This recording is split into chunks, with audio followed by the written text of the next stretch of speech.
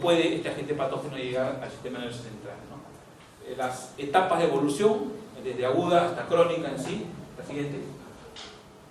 Y muchas veces este tipo de agente patógeno produce una reacción granulomatosa no pura, sino muchas veces una reacción granulomatosa de tipo mixta en sí.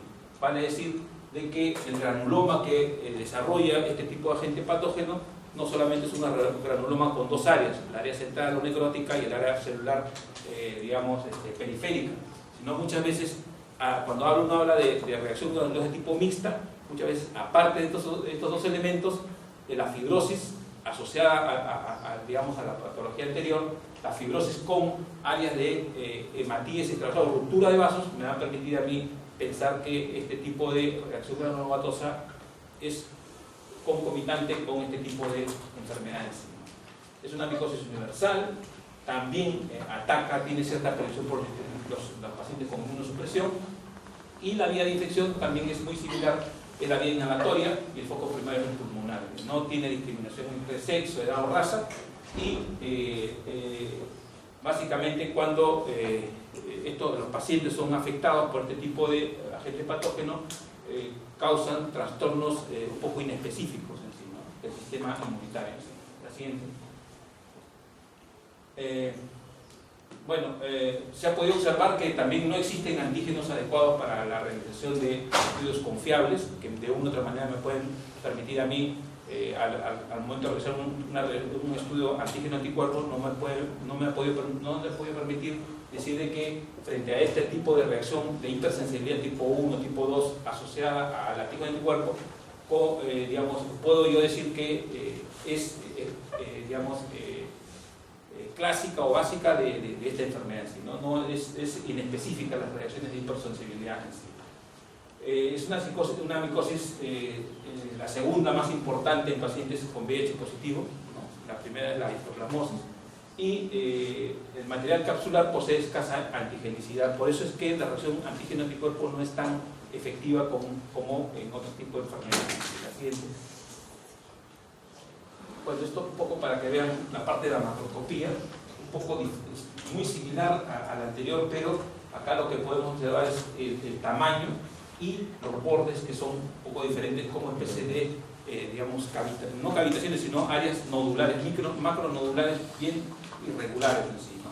Pareciera un leiomioma por sí, pero no es por la consistencia, es una consistencia blanda, en cambio el leiomioma es un poco indurada, ¿no? Las características son un poco a manera de grupos o remolinos en sí, pero no es la consistencia, me va a permitir un poco diferenciarla. ¿Sí, no? Bueno, esto es básicamente para que ustedes, un poco recordarles que muy a la par de que el aparato respiratorio, en este caso el pulmón, es afectado, lo que comúnmente cuando los pacientes son afectados por esta patología, el sistema nervioso central es el que de una u otra manera es el más afectado. Por eso es que estos pacientes presentan sintomatología respiratoria asociada a alteraciones del sistema nervioso central, básicamente funciones superiores y el área del equilibrio básicamente, porque también ataca al cerebelo propiamente dicho. ¿No? Se ha podido observar que también estos pacientes desarrollan lesiones subcutáneas, son úlceras que presentan, pero con una tinción de hematogeneosina, las blastoponidias se colorean casi siempre de una forma tenue, usualmente monogemantes, ¿no? Son bien delimitadas, y en estos casos se puede observar que con HE la cápsula digamos, de este agente patógeno no se colorea en sí. Por eso es que los bordes un poco se observan no tanto bien delimitados e irregulares. La siguiente.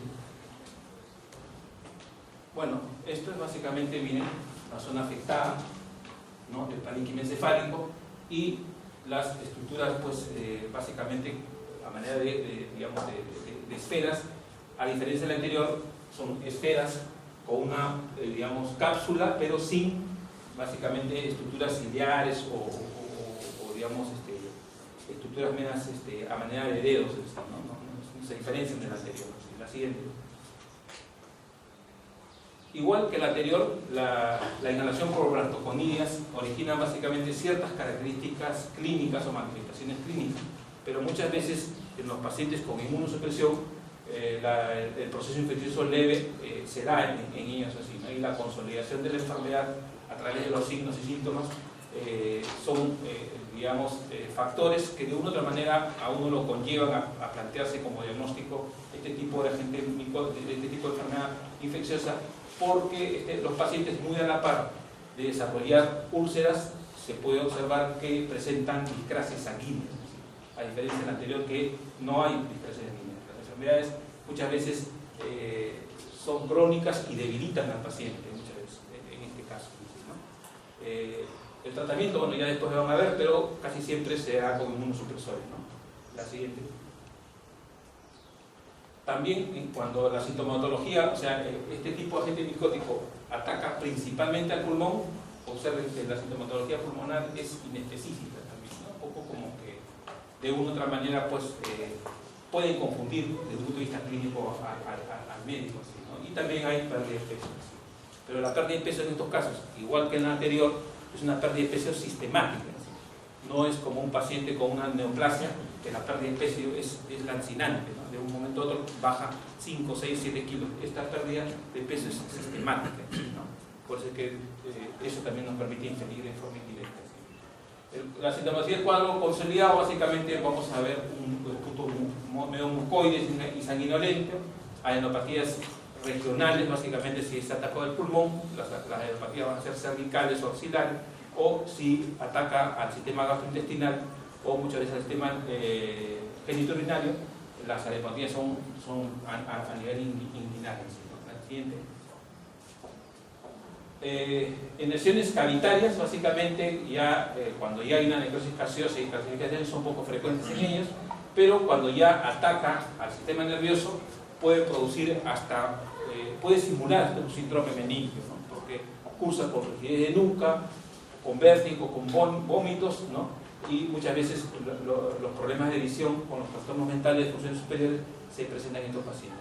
Entonces, ojo, considerar cuando un paciente tiene toda la epidemiología del cuadro clínico, ¿no? De una u otra manera, pues, que es, digamos, atacado, que ataca al sistema nervioso, siempre hay que pensar como diagnóstico diferencial a este tipo de infección de tipo micótico, ¿no? La siguiente. Igual también que el anterior, hay lesiones cutáneas, no son tan frecuentes, un promedio de 15 a 20% de los casos, casi siempre atacan al cuello, al tórax, pero y en la cara, casi siempre en la región maxilar inferior, ¿no? Que producen pápulas, estas pápulas revierten a pústulas y un poco forman como una especie de forúnculo, pero con abscesos subcutáneos, ¿no? Con dolor básicamente lancinante en la zona de ulceración, ¿no? Y de ahí pueden diseminarse a otro tipo de digamos, órganos o sistemas, ¿no? La siguiente. Casi siempre es poco frecuente que a través de la vía hematógena este tipo de agentes micóticos pueda llegar a hígado, a riñón o a vaso, pero sí se puede observar que un porcentaje mínimo sí se ha dado, ¿no? Hay pacientes que han sido infectados en estos órganos a través de la vía hematógena. Para el diagnóstico lo que necesitamos es básicamente pues, el examen del esputo, ¿no? Si es que se pudiese hacer un sedimento líquido-cefalorraquídeo también, y en forma indirecta se ha podido observar que en algunos casos en la orina también podemos nosotros de una u otra manera pues, aislar algunos elementos indirectos que nos puedan permitir pensar en este tipo de, digamos, de patologías. Con el examen directo con tinta china también, ¿sí? Nos permite rápidamente un poco identificar, siempre y cuando conozcamos digamos, la morfología de este tipo de agente patógeno. Y se pueden usar otras técnicas como la inmunofluorescencia, el papanicolau y el dióxido de potasio, que nos permiten también un poco tipificarlos, pero de forma casi directa, ¿no? Te digo casi directa porque el cultivo es la que nos va a dar el diagnóstico que están haciendo. Bueno, acá observar claramente que tienen como una especie de capa, ¿no? Pero que la membrana externa es la que prácticamente no se tiñe con H por las características que tiene, ¿sí? ¿No? La siguiente. Acá, mayor frecuencia, mayor amplitud, ¿no? Casi siempre se puede observar como una especie de gemación, ¿no? Entre la mamá y el hijito, que dicen casi siempre. Cuando se encuentra eso, se tiñe con tinta china, podemos llegar al diagnóstico. La siguiente. el diagnóstico diferencial va a depender mucho cuál es el órgano o el sistema afectado, ¿no? Si el paciente, este agente patógeno ha atacado al sistema pulmonar o a los pulmones, podemos hacer diagnóstico diferencial con la histoplasmosis, la coccidoide-micosis. En el caso de las formas cutáneas, de lo más simple, pensar en una foliculitis, hasta un moluco contagioso o una vasculitis, básicamente, ¿no? Entonces, va a depender mucho, ¿no? de la afectación, ¿no? Y si ataca al sistema nervioso central, la primera posibilidad como diagnóstico diferencial es pensar en una meningitis tipo tuberculosa, ¿sí, no? O si es un paciente mayor de edad, etcétera, también podemos pensar en una carcinomatosis meningia, ¿sí, no? O sea, una neoplasia maligna, ¿sí? Y otros tipos de enfermedades, pero lo más frecuente como diagnóstico diferencial es lo que estamos señalando ahí, la siguiente. El pronóstico va a depender mucho del órgano afectado, ¿no? En algunos casos, si es, no es tan grave, es leve, puede curar solo o sola. Cuando ya hay formas cutáneas que atacan, al sistema óseo, la cura es progresiva, ¿no? Pero ya cuando estos agentes micóticos atacan a pacientes con inmunosupresión, como por ejemplo el SIDA, o pacientes con una meningitis, ¿no? La mortalidad sí es altísima. Paciente con meningitis o con SIDA asociado a este tipo de micosis, la mortalidad es alta, entre 75 y 100%. En otros casos se ha podido observar también que por vía hematógena este agente patógeno ha llegado a la próstata, ¿no? Y muchas veces la afectación prostática se puede desarrollar y puede convertirse en un reservorio durante el tratamiento, ¿sí, no? Entonces, por eso es que es importante también hacer un PCR, un dosaje de antígeno prostático, ¿no? PSA, porque se ha podido observar que cuando uno dosa PSA en estos pacientes que tienen, afectación prostática, pero por, el reservorio, el PSA no se altera. La siguiente. Bueno, prevención, ya lo van a repasar, la siguiente. En el caso de la aspergilosis, que también es otro tipo de enfermedades micóticas sistémicas comunes, ¿no? La aspergilosis, como ustedes saben, es un hongo de tipo filamentoso hialino que se mueve a una temperatura promedio entre 13 y 53 grados centígrados, soporta la pasteurización a 63 grados por 25 minutos y su hábitat básicamente es el suelo, como saprofito, o granos almacenados, básicamente. El reservorio es el ser humano y los animales también. La siguiente. Estas son las características macroscópicas. Vamos a observar que las características de la colonia propiamente dicho es un color blanco, pero no es un blanco, sino es un blanco nacarado, ¿no? Que luego vira a un verde azulado y finalmente a un negruzco, ¿sí, no? Los márgenes, como ustedes pueden observar, son márgenes blanquecinos, ¿sí? La textura se señala que es una textura terciopelada, ¿no? Media vellosa por las características microscópicas que tiene este tipo de colonia de agentes micóticos. La siguiente. Desde un punto de vista microscópico, vamos a poder observar que este agente patógeno de tipo micótico tiene una característica como una especie de vela, pero con una cabeza media filamentosa, con ramificaciones, ¿no? La base básicamente está constituida por una vesícula ancha, ¿no? Y las conillas redondas o pseudoesféricas y no ramificadas son las características que presentan, ¿no? Las hifas son, como ustedes más o menos ya saben, son hifas hialinas septadas, ¿no? Tienen como una especie de septaciones que caracteriza este tipo de agente micótico. La siguiente. Casi siempre este tipo de agente micótico, lo que se puede observar, como al comienzo también señalamos, que la vía de entrada es a través de la vía aérea, pero a diferencia de los dos anteriores agentes patógenos micóticos, este sí es un destructor del epitelio bronquial, o sea, rompe el epitelio respiratorio, el bronquio, ¿no? Y no solamente el epitelio básicamente, sino la gravedad que va a producir en la persona es de que se puede observar que no solamente destruye el epitelio, sino muchas veces se puede observar que destruye prácticamente otras estructuras del bronquio, como por ejemplo el cartílago.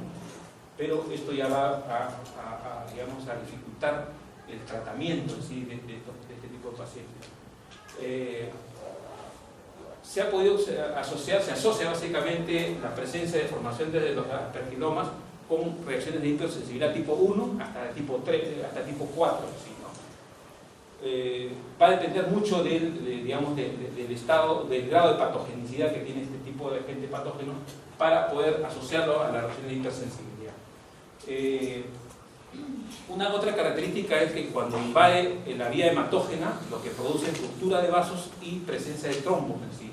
Entonces, este tipo de agente patógeno muchas veces viaja por el torrente sanguíneo a través de la presencia de trombos o asociado a los trombos. Y es por eso que puede llegar a otros órganos, órganos blancos que le llaman, que de una u otra manera va a producir, digamos, a afectar o agravar el cuadro del paciente. Así es. El mecanismo de transmisión, ya más o menos un poco, son por varias vías. Una es la inhalación de esporas, ¿no? A través del aparato respiratorio, y de la cual de ahí se disemina. La otra es por inoculación percutánea, una úlcera determinada ingresa por esa vía, o muchas veces también la tercera del mecanismo de transmisión es por contacto directo con la espora. Siguiente. Las formas clínicas, igual que los anteriores, hay formas clínicas para cuando se ataca básicamente al sistema respiratorio, o muchas veces la forma diseminada cuando ataca a otros órganos, como por ejemplo el corazón, el sistema central, etcétera, etcétera. Entonces, las formas clínicas va a depender mucho de los órganos afectados, y la sintomatología y sinología igual también, y como los demás, la sintomatología y sinología va a ser inespecífica. La siguiente. Casi siempre este aspergillus se considera pues, una enfermedad micótica de tipo oportunista, ¿sí, no? Por lo tanto, la aspergilosis al momento de actuar o comportarse como un agente oportunista va a producir digamos, afectaciones a nivel del aparato respiratorio. En muchos de los casos se asocia a la enfermedad pulmonar obstructiva crónica, al EPOC.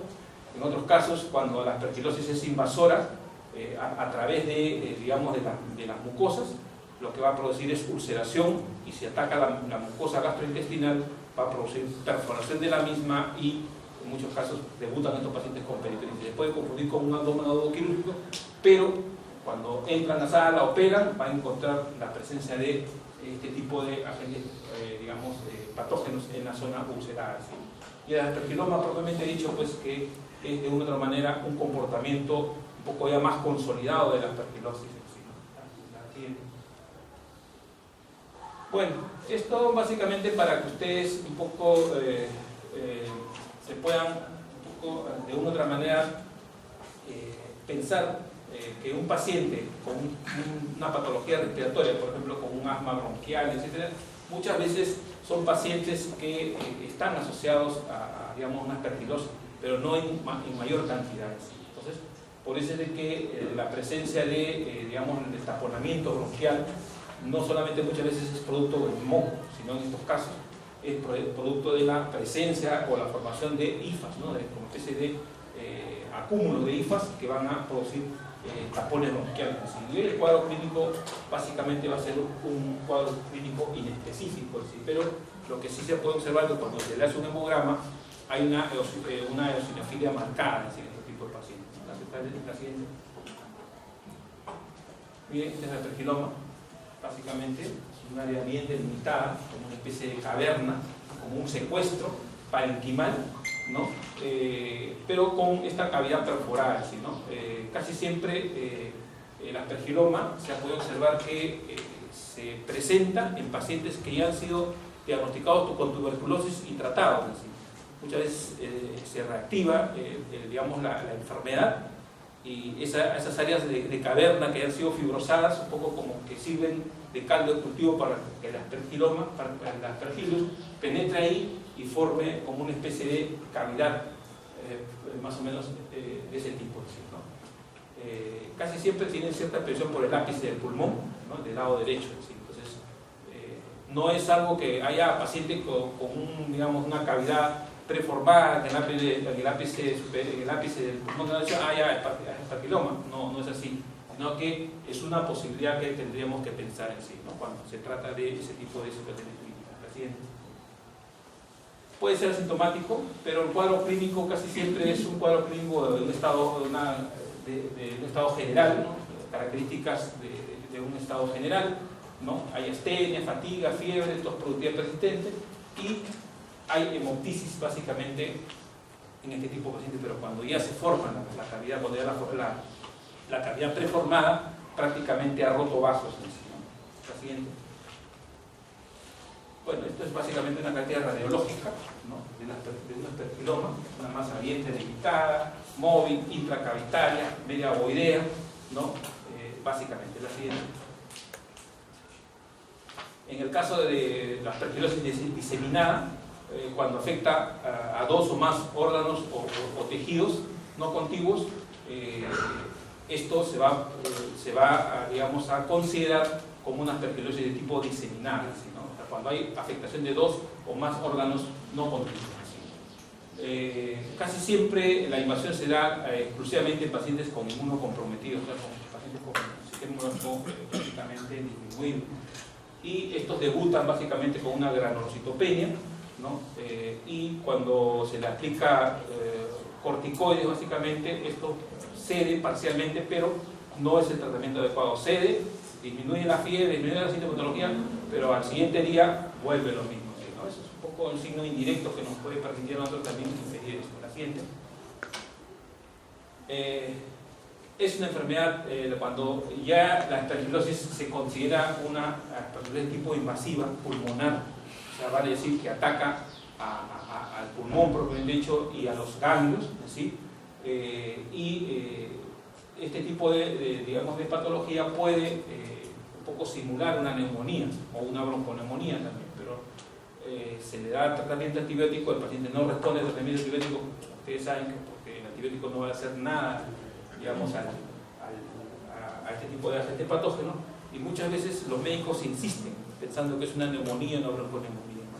Y pasado el tiempo el diagnóstico se torna tardío, cuando ya pues este tipo de agente patógeno vía hematógena puede llegar al miocardio, puede producir pues un infarto, ¿no? Hemorrágico, hemoptisis a nivel pulmonar o a nivel de miocardio, también otro tipo de infarto, y puede llegar a la muerte básicamente, ¿no? Por compromiso extrapulmonar. Siguiente. La vía hematógena es una vía que se considera básicamente importante en el estudio de este tipo de agente patógeno aspergillus. ¿Por qué? Porque el aspergillus se ha podido observar que viaja, se forma como especie de émbolos, digamos, micóticos, y es el agente patógeno micótico más frecuente que produce émbolos y viaja por el torrente sanguíneo y puede llegar a diversos órganos tejidos. Esta es una gráfica de un aspergiloma tipo cutáneo, miren, es una lesión bien delimitada, un poco necrotizantes, con un halo bien marcado en sí, ¿no? La siguiente es una pápula de tipo eritematosa, ¿no? Con necrosis central, ¿sí? ¿Cómo llegamos al diagnóstico? Básicamente por examen directo, pero este examen directo muchas veces da falsos positivos, entonces no es tan confiable al momento de hacer un estudio de esputo o un aspirado bronquial o un cepillado bronquial. O muchas veces cuando se hace punción de líquido pleural, ¿no? Pues muchas veces arrojan falsos positivos, ¿sí? Entonces tener en consideración ese tipo de resultados en el examen directo. Lo más frecuente, como hemos señalado, es en cultivos, en agar papa dextrosa, ese es uno de los más frecuentes que se utilizan y es el más adecuado para el diagnóstico. Y las biopsias, la serología y la radiografía y el test cutáneo muchas veces nos ayudan a nosotros en forma indirecta, pero el cultivo por agar papa dextrosa es el más común, el más corriente y el más que se recomienda en estos casos. La siguiente. En el caso de la blastomicosis, bueno, acá vamos a hacer rápido nomás porque la blastomicosis, como ustedes verán, es una, digamos, una infección de tipo micótica, pero casi no se da en el Perú, no se da en estas zonas, casi siempre en América del Norte y en parte del África, ¿no? Es más frecuente digamos, en América del Norte. Entonces acá en el Perú casi no, la blastomicosis no es tan común, entonces por eso es la manera de, digamos, de poco reflejar algunos conceptos, como vamos a enseñar ahora, el siguiente. El ciclo de vida de Blastomyces dermatotidis es básicamente una forma micelar, sapofítica, que después básicamente ingresa por la vía aérea, ¿no? Puede atacar a los senos paranasales, pero muchas veces también ingresan, se adhieren básicamente a los glóbulos rojos, un poco que destruyen, producen lisis de glóbulos rojos, pero en otros casos se adhieren y a esto se denomina la fase parasitaria, ¿no? En la forma del levadouriforme, ¿no? Y este es el ciclo de vida del Blastomyces, ¿no? A través de la inhalación, adhesión a los glóbulos rojos, y la fase parasitaria de forma levadouriforme se da en ese ciclo, ¿no? La siguiente. Con pacientes con que estos tipos de agentes patógenos micóticos tienen cierta predicción por los ganglios cervicales o los ganglios regionales, y estos ganglios, pues, cuando son afectados, básicamente producen como una especie de espórula, ¿sí? Una especie de una tumoración o tumefacción y un área media amarillenta central que nos permite de una u otra manera pensar que estamos frente a una blastomicosis tipo ganglionar, ¿sí? ¿No? La siguiente. Estas es las levaduras de Blastomyces. Miren, a diferencia de la anterior, esta sí tiene una membrana bien delimitada, una doble membrana bien delimitada, pero carece de esas estructuras medias en forma de guantes que tenía la primera, digamos, micosis en sí, ¿no? La siguiente. Acá con azul, o sea, el cultivo básicamente se hace con azul de algodón, básicamente con un especie y lo que se puede observar es que los filamentos del Blastomyces tiene una micromorfología con una especie de cabeza bien delimitada, ¿sí? ¿No? Y seccionada, ¿sí? La siguiente. Ya en la biopsia, básicamente se observa áreas de microcesos con levaduras, ¿no? En red gruesa, que están dentro o a nivel central, básicamente, del microceso, ¿no? Sí, ¿no? La siguiente. Estas son las biopsias que se observan en diferentes ángulos de las levaduras de Blastomyces, ¿no? Para poder observar, ¿no? La bicapa bien delimitada, ¿no? La bicapa no tienen esas estructuras, y muchas veces esto, pues, cuando hay una hifa que digamos se asocia a otra, se señala realmente que es digamos el binomio mamá-hijo, ¿no? Sí, ¿no? Pero tiene ciertas características. La siguiente. Bueno, esto es para un poco repasar lo que es la taxonomía de la Blastomyces dermatitidis, ¿no? Es digamos, la división básicamente por orden, familia, género, especie, y la especie es el dermatotidis, básicamente, ¿no? La siguiente. El ciclo de Blastomyces dermatitidis, igual, muy parecido al anterior, las fases saprofíticas, siempre utilizan como vía de diseminación o como, digamos, como ciclo, la adherencia a los glóbulos rojos, como forma parasitaria, ¿sí? La siguiente. Bueno, estas son las principales enfermedades, ¿no? Que uno puede de una u otra manera asociar con el Blastomyces, ¿no?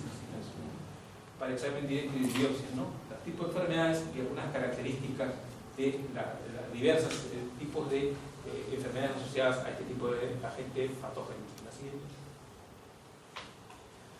Bueno, en el caso de las fuentes endógenas, hay dos enfermedades básicamente que llaman la atención, ¿no? La ginomicosis y la candidiasis.